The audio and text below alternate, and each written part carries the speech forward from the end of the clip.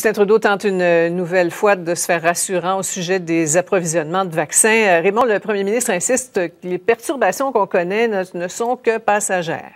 Oui, et il a dit essentiellement que c'est du bruit, ce qu'on entend présentement, là, toutes ces nombreuses manchettes à l'effet que le Canada est derrière bien d'autres pays. M. Trudeau, qui a pris de longues minutes durant son point de presse du vendredi aujourd'hui, faire un exposé, tenter de rassurer les Canadiens. Il a dit comprendre la frustration des gens, la frustration des provinces, exprimée encore un peu plus tôt aujourd'hui par le ministre de la Santé du Québec, M. Dubé, qui se plaint de ne pas avoir assez de doses du gouvernement fédéral. M. Trudeau a dit, en voulant se faire rassurant, qu'il se fie à la parole des dirigeants des fabricants Pfizer et Moderna, qui, dit-il, lui assurent qu'elles vont livrer les 6 millions de doses promises au Canada d'ici la fin du mois de mars.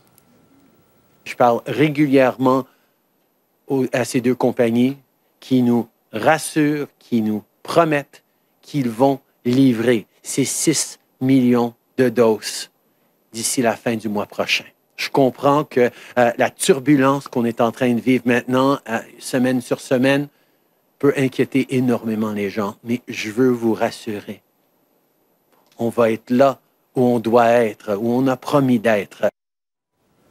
Maintenant, le fédéral refuse toujours, Raymond, de rendre publics les contrats qu'il a signés avec les fournisseurs de vaccins. Oui, et on ne sait pas s'il y a des garanties écrites, Sophie, à savoir si Moderna et Pfizer vont livrer la marchandise d'ici la fin du mois de mars. M. Trudeau, ce matin, n'a pas voulu dire si ces fabricants subiront des pénalités si elles ne livrent pas les doses promises.